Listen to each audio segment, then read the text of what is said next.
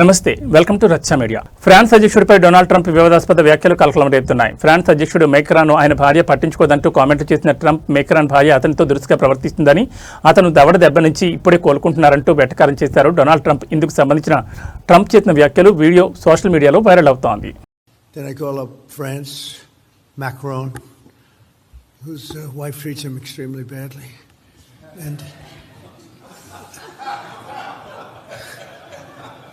Still recovering from the right to the jaw.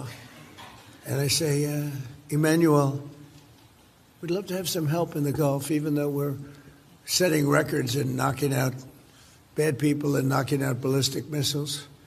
We'd love to have some help. If you could you please send ships immediately? No.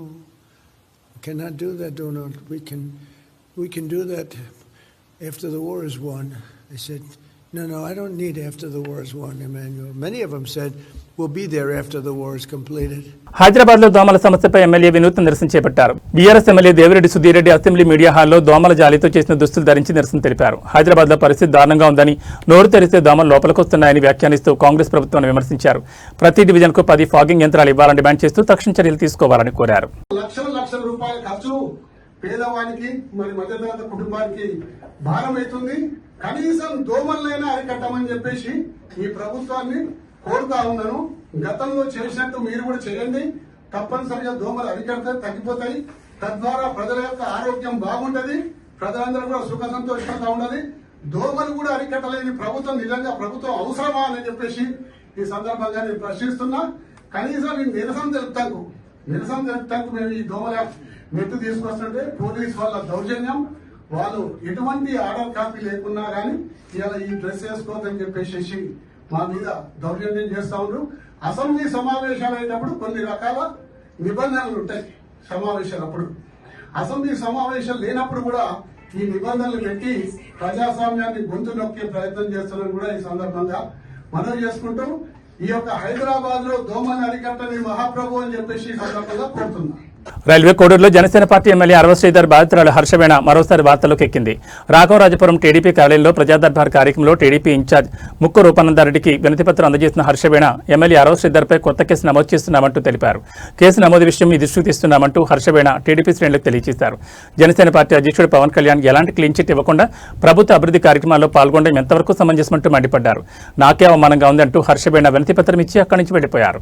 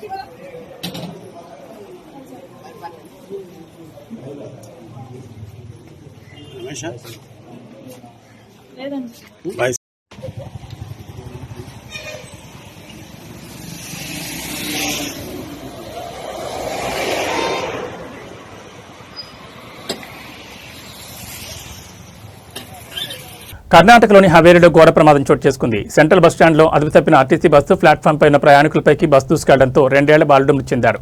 పలువురికి గాయాలయ్యాయి. CC కెమెరాలో ఈ దృశ్యాలు record అయ్యాయి.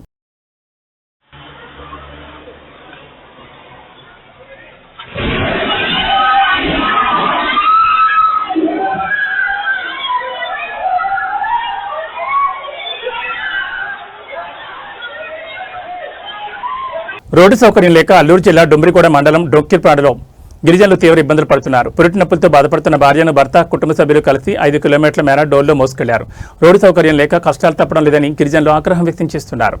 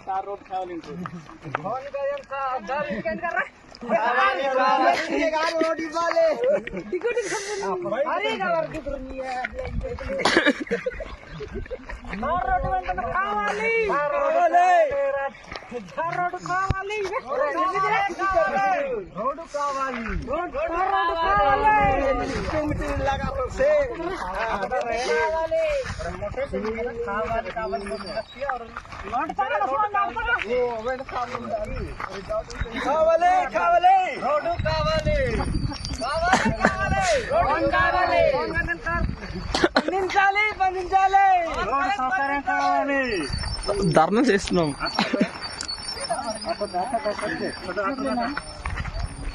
మధ్యాహ్న భోజనంలో బల్లి ప్రత్యక్షం తీవ్ర ఉద్రిక్తతకు దారితీసింది. అన్నమయ్య జిల్లా పొంగనూరు నగరి కాంపౌండ్ మున్సిపల్ ఉన్నత పాఠశాలలో మధ్యాహ్న భోజనంలో బల్లి పడడం సంచలనం రేకెత్తించింది. భోజనం తిన్న విద్యార్థుల్లో 4గురికి వాంతులయ్యాయి. దీంతో పాఠశాల వద్దకు చేరుకున్న విద్యార్థులు వారి తల్లిదండ్రులు పాఠశాలలోని విద్యార్థులను పరీక్షలు నిర్వహిస్తున్నారు డాక్టర్లు. భోజనాన్ని చెత్తకుండీలో పడేశారు సిబ్బంది.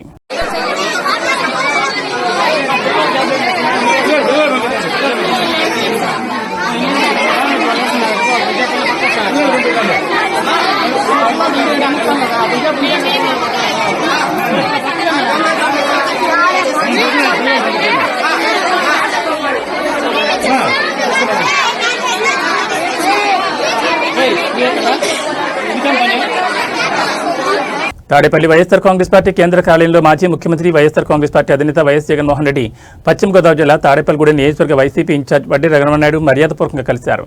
ఈ సందర్భంగా తాడేపల్లిగూడెం నియోజకవర్గంలో పార్టీ బలోపేతం, తాజా రాజకీయ పరిస్థితులు తదితర అంశాలపై చర్చించారు.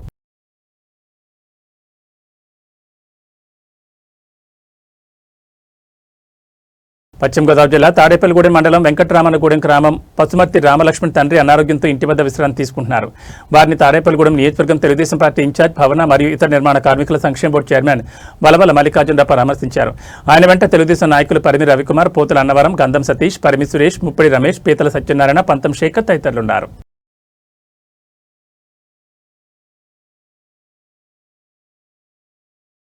పశ్చిమ గోదావరి జిల్లా తాడేపల్లిగూడెం మండలం కృష్ణాపురం గ్రామానికి చెందిన ఈదర శ్రీనివాస్ ఇటీవల కాలం చేశారు. అది తెలుసుకున్న తాడేపల్లిగూడెం వైఎస్ఆర్సీపీ ఇన్ఛార్జ్ వడ్డీ రఘురామనాయుడు వారి కుటుంబాన్ని పరామర్శించారు. ఈ కార్యక్రమంలో వైఎస్ఆర్సీపీ నాయకులు, కార్యకర్తలు పాల్గొన్నారు.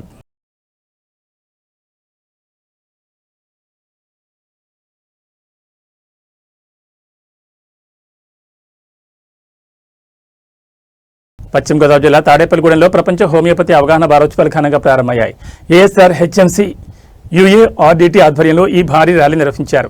ప్రపంచ హోమియోపతి అవగాహన వారోత్సవాల ప్రారంభం సందర్భంగా ASR homeopathic medical college and hospital, Umar Alisha rural development trust సంయుక్త ఆధ్వర్యంలో ఈ ర్యాలీ చేపట్టారు. హోమియోపతి వైద్యం యొక్క శాస్త్రీయత మరియు ప్రాముఖ్యతపై ప్రజలకు అవగాహన కల్పించే లక్ష్యంతో నిర్వహించారు. ఈ కార్యక్రమానికి ముఖ్య అతిథిగా విచ్చేసిన శ్రీ విశ్వవిజ్ఞాన విద్యా ఆధ్యాత్మిక పీఠం 9వ పీఠాధిపతి మరియు యుఏఆర్డీటీ చైర్మన్ సద్గురు డాక్టర్ ఉమర్ అలీషా ర్యాలీని ప్రారంభించారు. గౌరవభక్తిగా ఆంధ్రప్రదేశ్ ప్రభుత్వ విప్ తాడేపల్లిగూడెం ఎమ్మెల్యే బొలిశెట్టి శ్రీనివాస్ పాల్గొన్నారు. ఏఎస్ఆర్ విద్యా సంస్థల చైర్మన్ డాక్టర్ ఆకుల విజయవర్ధన్ ఈ కార్యక్రమానికి అధ్యక్షత వహించారు. ఆర్టీసీ కాంప్లెక్స్ నుంచి ప్రారంభమైన ఈ ర్యాలీ ప్రధాన రహదారి గుండా సాగింది. ఇందులో వందలాది మంది విద్యార్థులు, అధ్యాపకులు మరియు వైద్య నిపుణులు పాల్గొన్నారు. ఈ కార్యక్రమంలో Tadepalligudem DSP D Vishwanath, professor G Ravikiran Sastri, doctor Pingali Anandakumar తదితరులు పాల్గొని ప్రజారోగ్య పరిశోధనలో నేషనల్ కమిషనర్ ఫర్ హోమియోపతి ఆదేశాల ప్రాముఖ్యతను వివరించారు.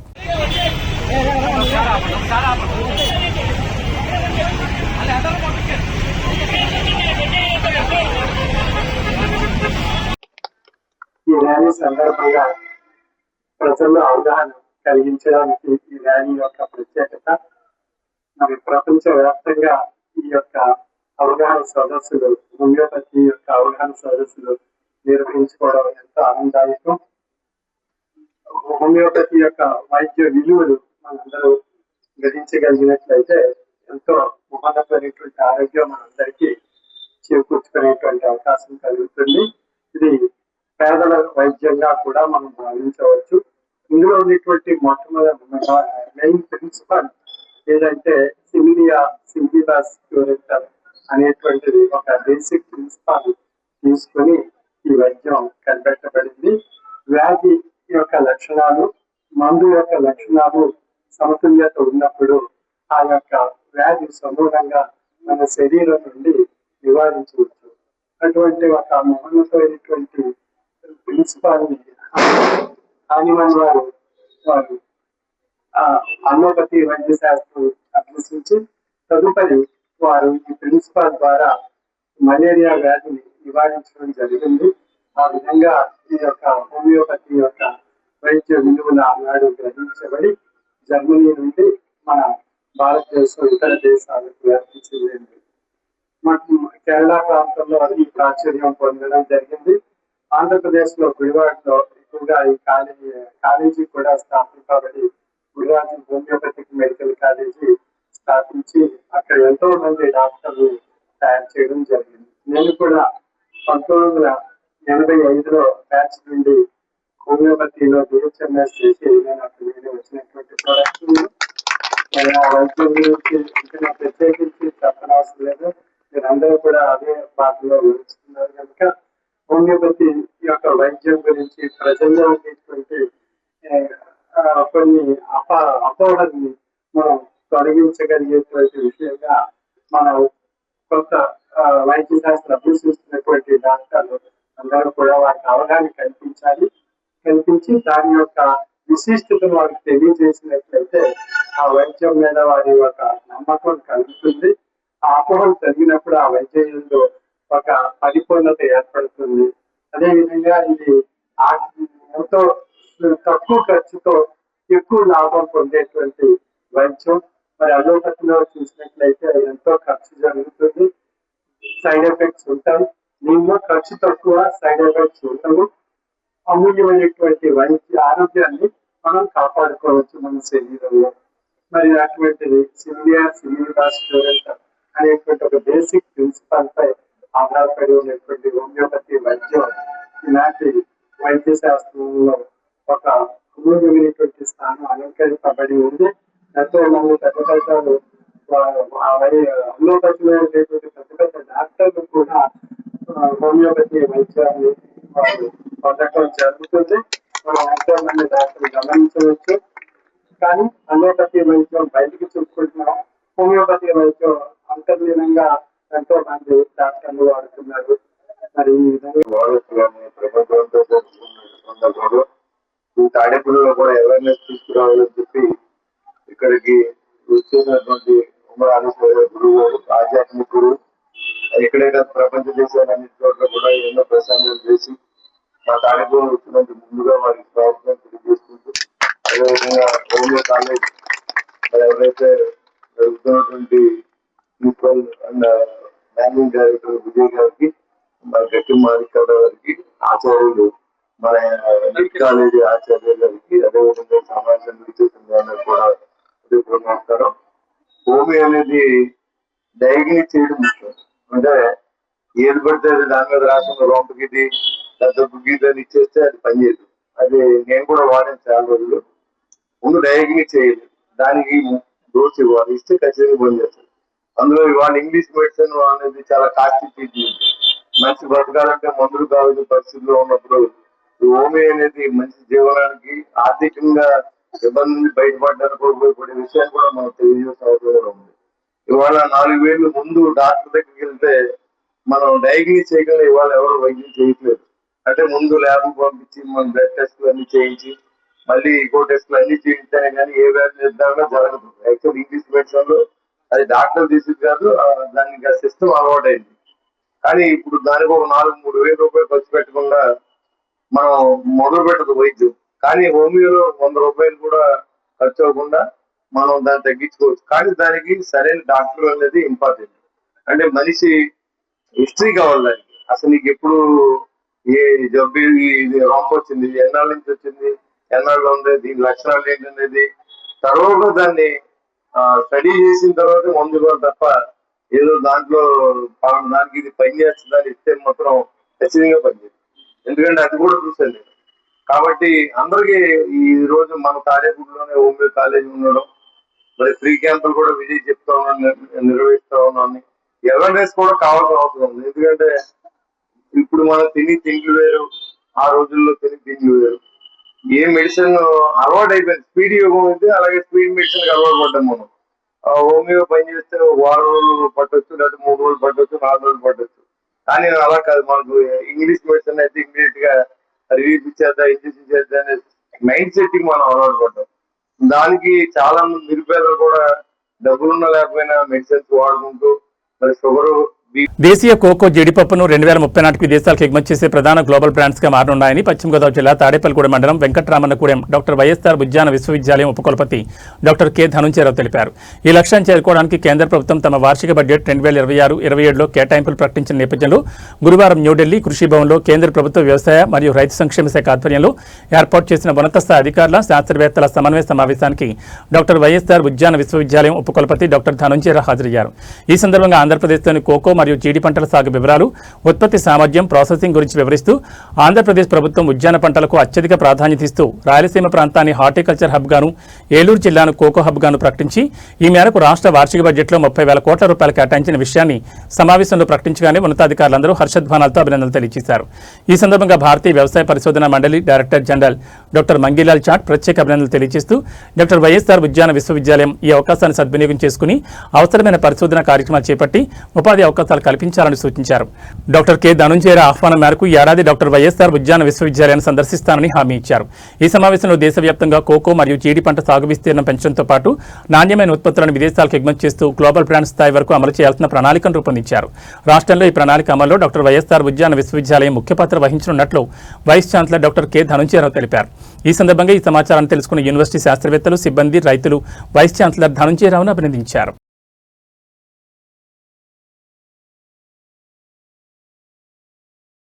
ఈ బులెటిన్ విశేషాలు. నమస్కారం.